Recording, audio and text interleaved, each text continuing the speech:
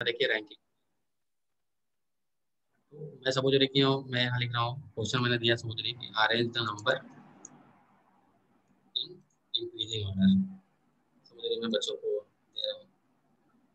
और मैंने यहाँ, आप यहाँ करेक्टली ऑर्डर में दे दीजिए जिस ऑर्डर में आपको अरेंज, मतलब जो एक्चुअल ऑर्डर है, करेक्ट ऑर्डर है। तो आप मैंने समझे, मैंने यहाँ 1 2 मैं 4 नंबर दे रहा हूँ, मैंने 3 दे दिया, और यहाँ पे मैंने 4 नंबर दिया। लेकिन बच्चों को ये क्या होगा, डिफरेंट वे में दिखेंगे। अगर आप इसका प्रीव्यू देखना चाहेंगे तो ये प्रीव्यू, ये ऑप्शन चेंज होते हैं ऐसे। देखिए जो वहाँ अभी मैंने वहाँ ऑर्डर तो करेक्ट दिया था, लेकिन यहाँ देखिए ऑर्डर अपने आप चेंज हो गया।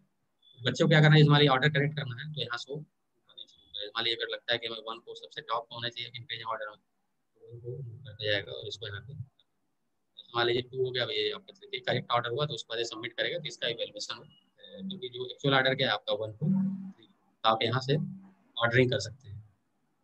मान लीजिए इसको इवेलुएट करना है, इसके इस पे जो मार्क्स देने हैं, तब इस पर क्लिक करिए, और इसको मान लीजिए उधर मैंने एक नाम, एक मार्क्स का इसको मैंने कर दिया। तो ये सारी चीज़ें आपकी मतलब माइक्रोसॉफ्ट फॉर्म में है।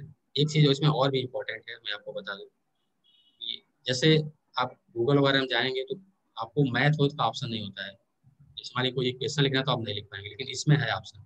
इसमें हमें कोई इक्वेशन लिखना है तो मैं यहाँ इक्वेशन लिख सकता हूँ। मुझे लिखना है x equal to sum of i equal to 1, और सपोज मुझे जो समेशन करना है वो i प्लस 1 का करना है। ये आपका कुछ इस तरह से इक्वेशन आपको यहाँ पे देखने लगेगा, जबकि उसमें क्या होता है, आपको इक्वेशन का सपोर्ट नहीं होता। ठीक है, तो मुझे यहाँ लिखना है compute the value of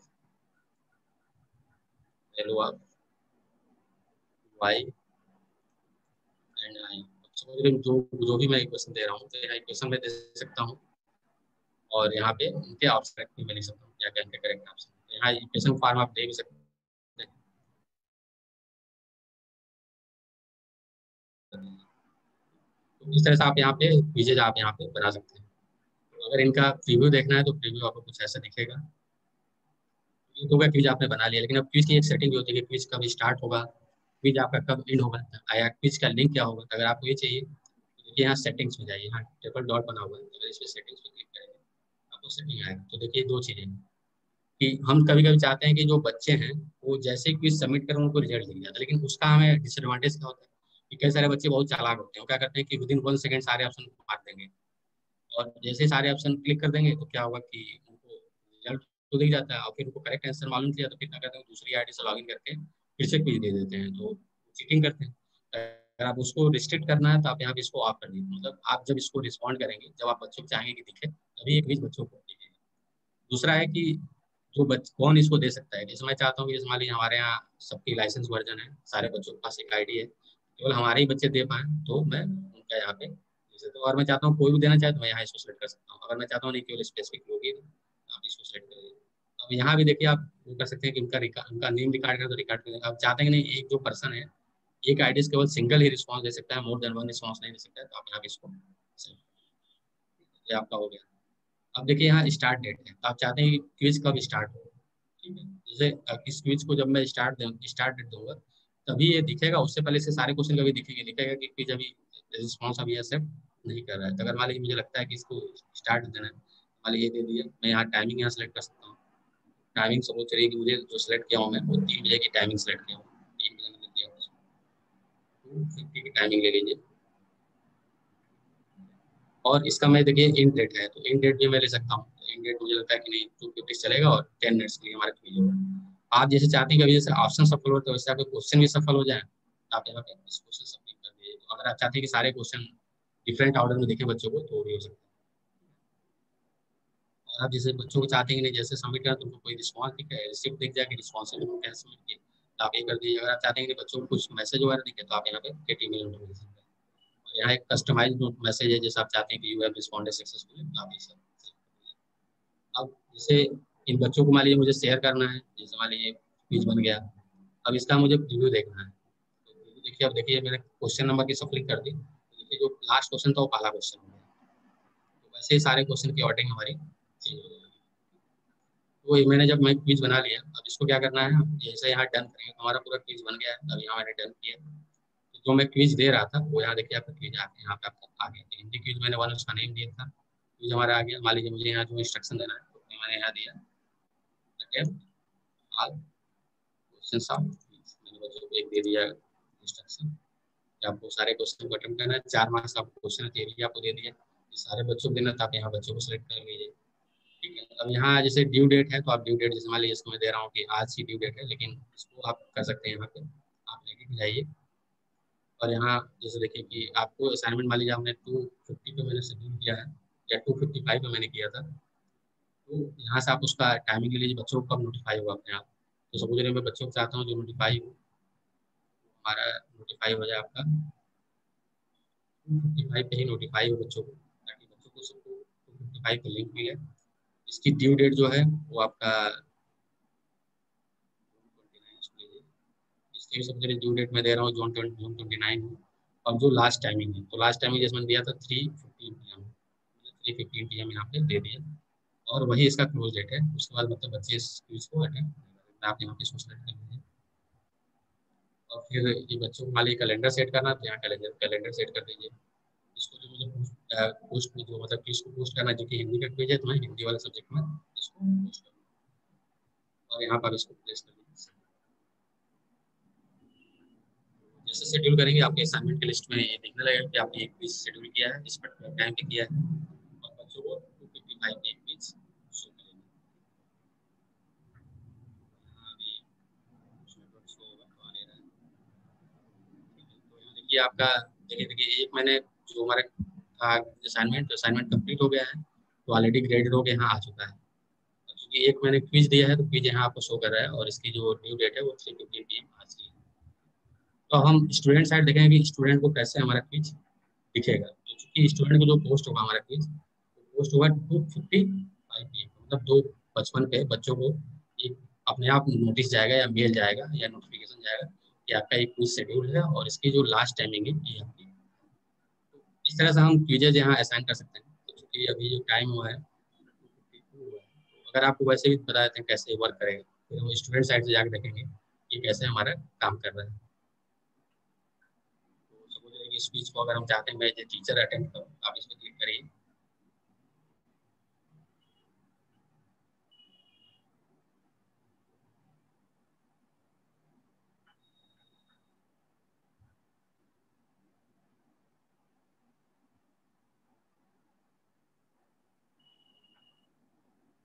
network issue है, दरवाजा ओपन है।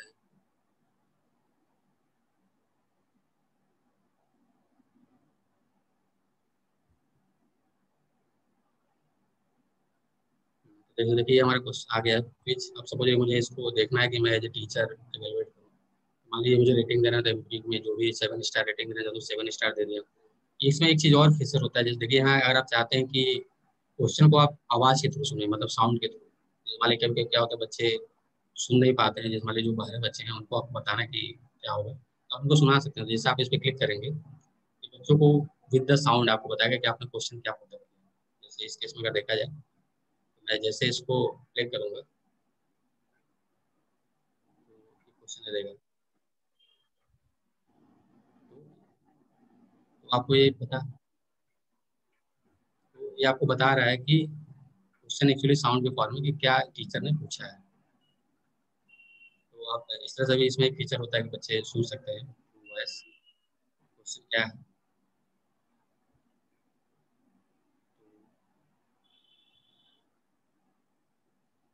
तो या फिर मैं आपको बताऊं कैसे इसको अटेम्प्ट करेंगे, तो कैसे ग्रेडिंग होगी।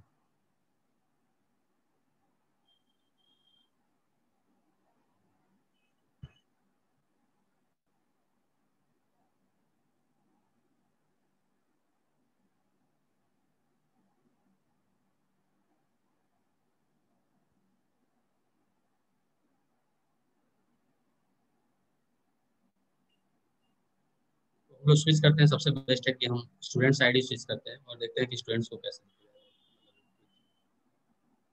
तो जैसे मैंने इस क्लास में एक स्टूडेंट ऐड किया हुआ था, स्टूडेंट के थ्रू मैं इसमें लॉग इन कर रहा हूँ इस क्लास में।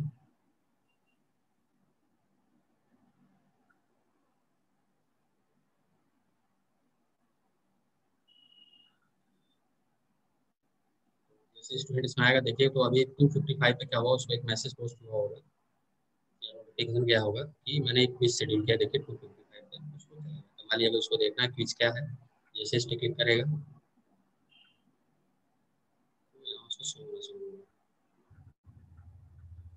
तो मान लीजिए हमें क्विज देना है, तो इस क्विज पे क्लिक करेगा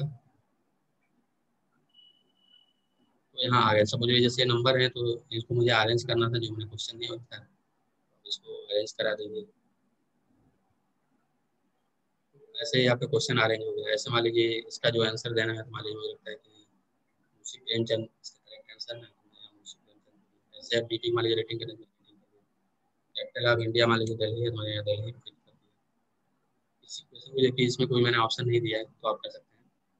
और यहाँ देखिए बच्चों को दे रहा है कि अगर आप चाहते हैं कि रिसिप्ट आपको मिले कि ना मिले, तो आप यहाँ से क्लिक करिए और यहाँ पर सबमिट करिए। तो जैसे ही मैं सबमिट किया तो टीचर के पास चला जाएगा इवेलुएशन का रिजल्ट। तो जैसे ही अगर मैं जाऊँगा तो देखिए यहाँ बच्चों को दिख रहा है कि 4 पॉइंट इसमें पॉसिबल है कितना मिलेगा, लेकिन जब टीचर उसको पोस्ट करेगा तब स्टूडेंट को एक्चुअल दिखेगा कि हम कितने मार्क्स को फाइंड आउट आया है उसको। अगर हम इसमें जाते हैं टीचर साइड या उसमें लॉगिन करेंगे, आपको दिखेगा कि बच्चे ने हर एक क्वेश्चन का क्या क्या करेक्ट आंसर दिया है।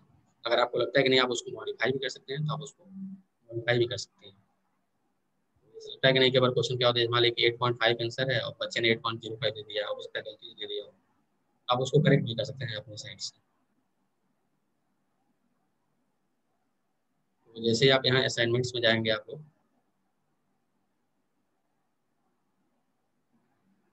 तो देखिए आपका हिंदी की जगह मैंने एक स्टूडेंट था उसने इस पर टर्न किया,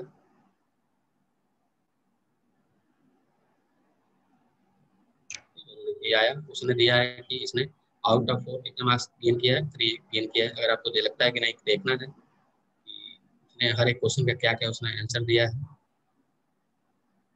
आप यहाँ से जैसे इसको ओपन करेंगे तो हर एक क्वेश्चन का उसका आपको आंसर आएगा कि हर एक क्वेश्चन का उसने क्या आंसर दिया है।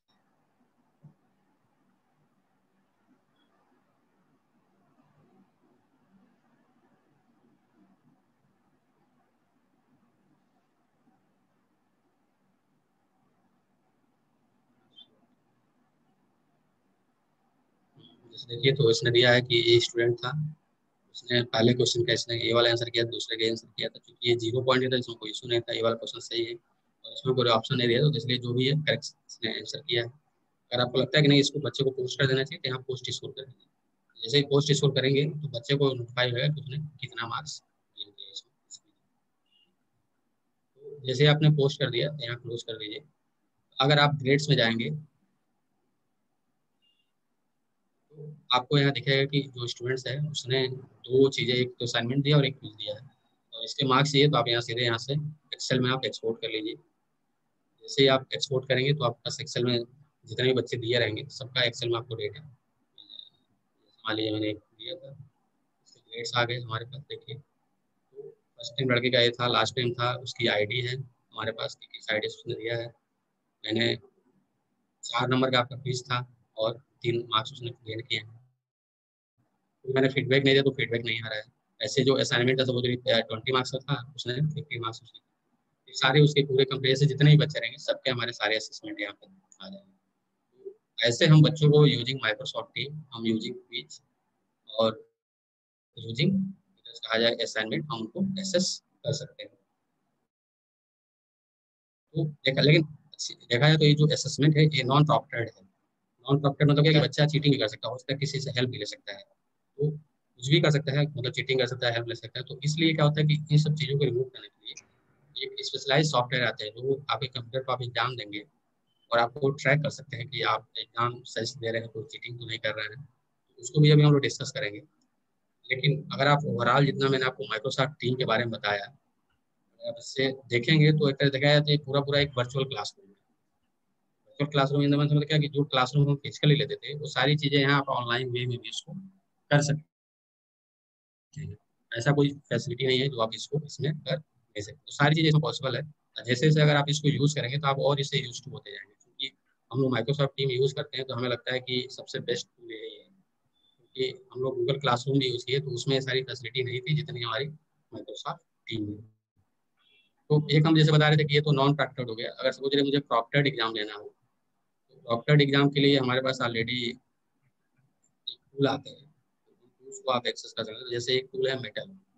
मेटल एक ऐसा टूल है जिसके थ्रू आप प्रॉक्टेड एग्जाम को कर सकते कर सकते हैं।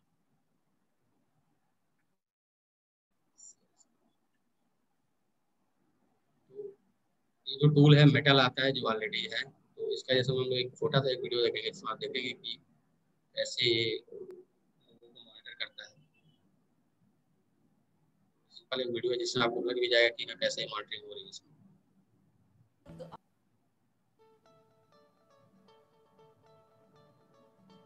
इसमें आवाज़ थोड़ी छोटी है। AI technology has numerous applications in education space.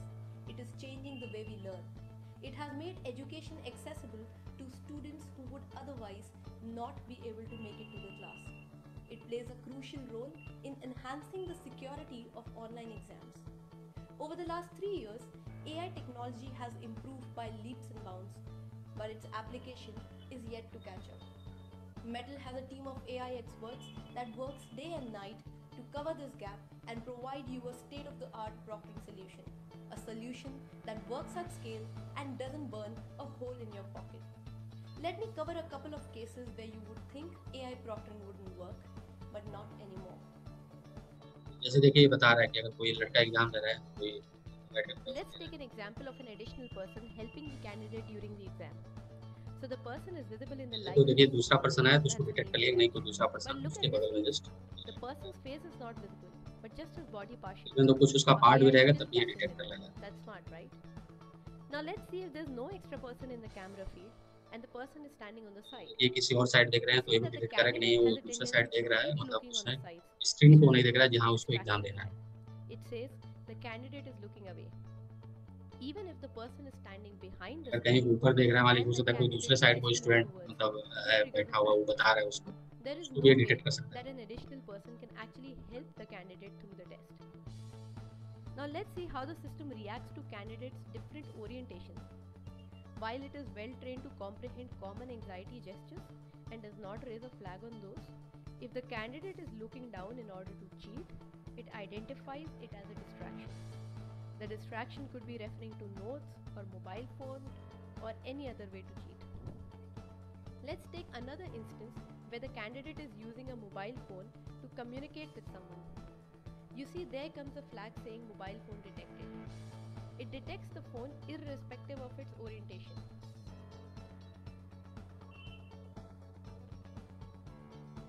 Our AI automatically measures cheating probability throughout the session, and depending on the number of times flagged, types of action flagged, and the probability of cheating, it calculates a credibility index to predict.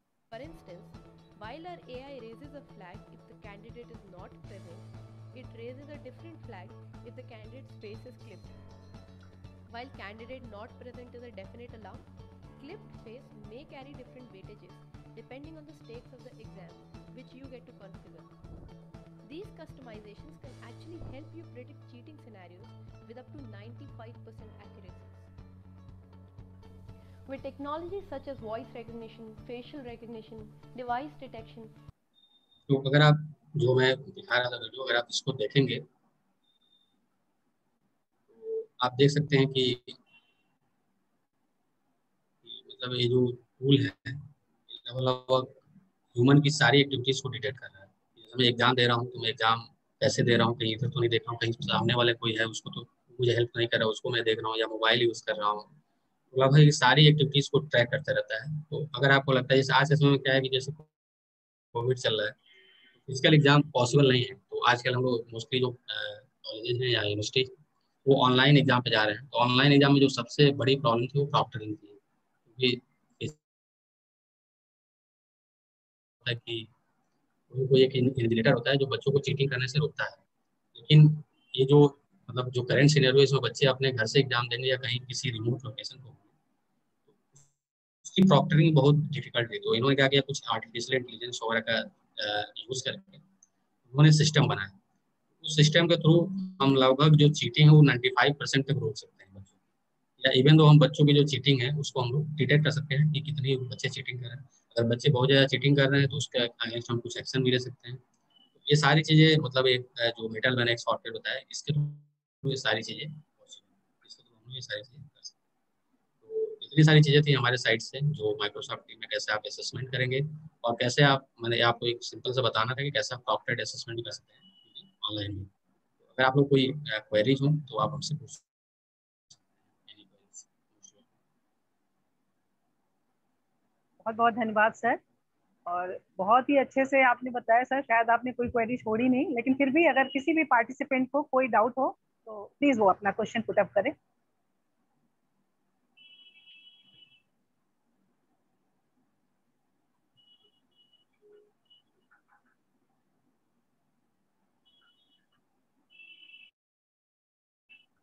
किसी को कोई भी doubt हो, कहीं कोई चीज नहीं समझ में आई, वो रखे। आप माइक्रोफोन अनम्यूट करके अपना क्वेश्चन रख सकते हैं, चैट बॉक्स में भी डाल सकते हैं।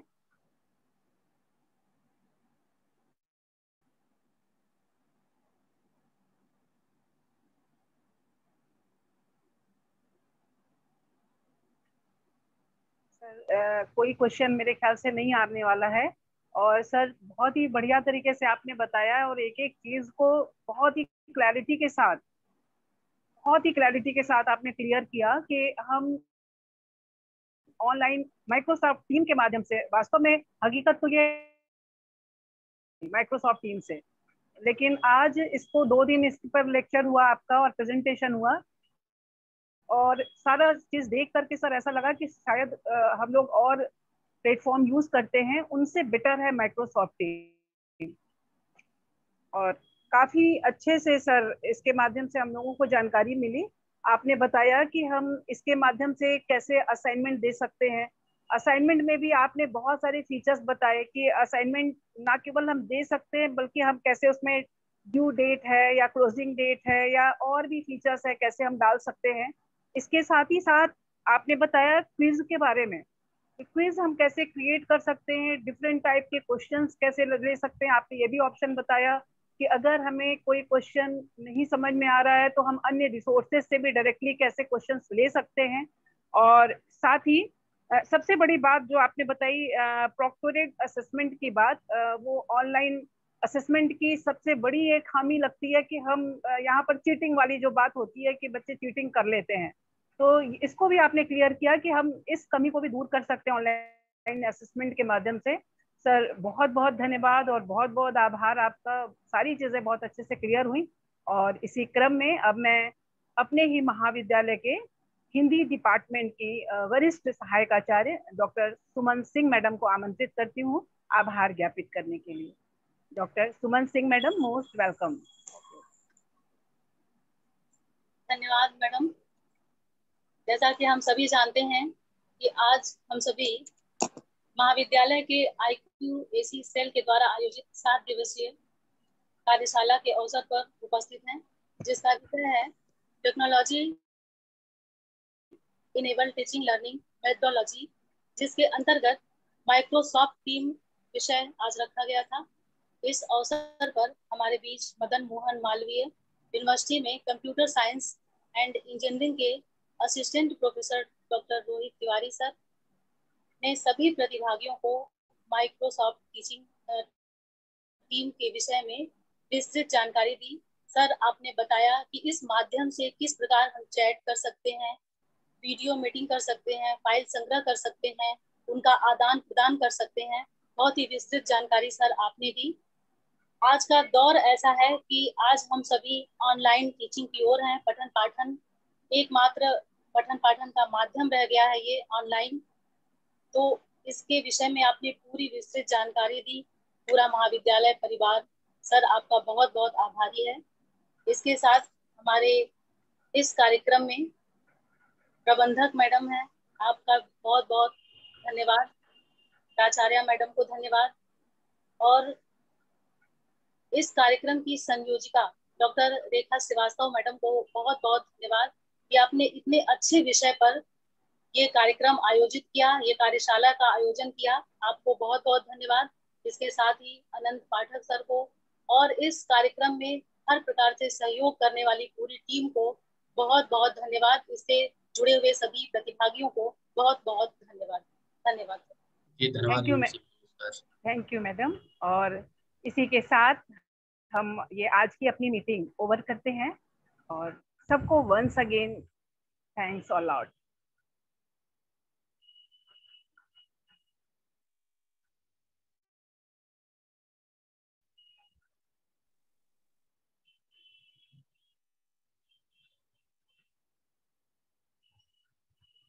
सभी प्रतिभागी प्लीज कल इसी समय फिर से हमारा ये प्रोग्राम आप सभी ज्वाइन करेंगे। इस रिक्वेस्ट के साथ हम इस मीटिंग को समाप्त करते हैं और हमें आशा भी ये करते हैं कि आप जरूर से इससे लाभान्वित हो रहे होंगे, क्योंकि हमने उस दिन भी कहा था कि आज टेक्नोलॉजी का प्रयोग न केवल मेरी आवश्यकता बल्कि अपरिहार्यता हो गई है। एनी हाउ हमें यूज करना ही करना है, तो क्यों ना हम इसमें महारत हासिल करें और इसके जो भी फीचर्स हैं, जो भी इसकी टेक्निक्स है और जो भी स्किल्स हैं उनको सीखें अच्छे से। तो बहुत बहुत धन्यवाद आप सबका कार्यक्रम में जुड़े रहने के लिए।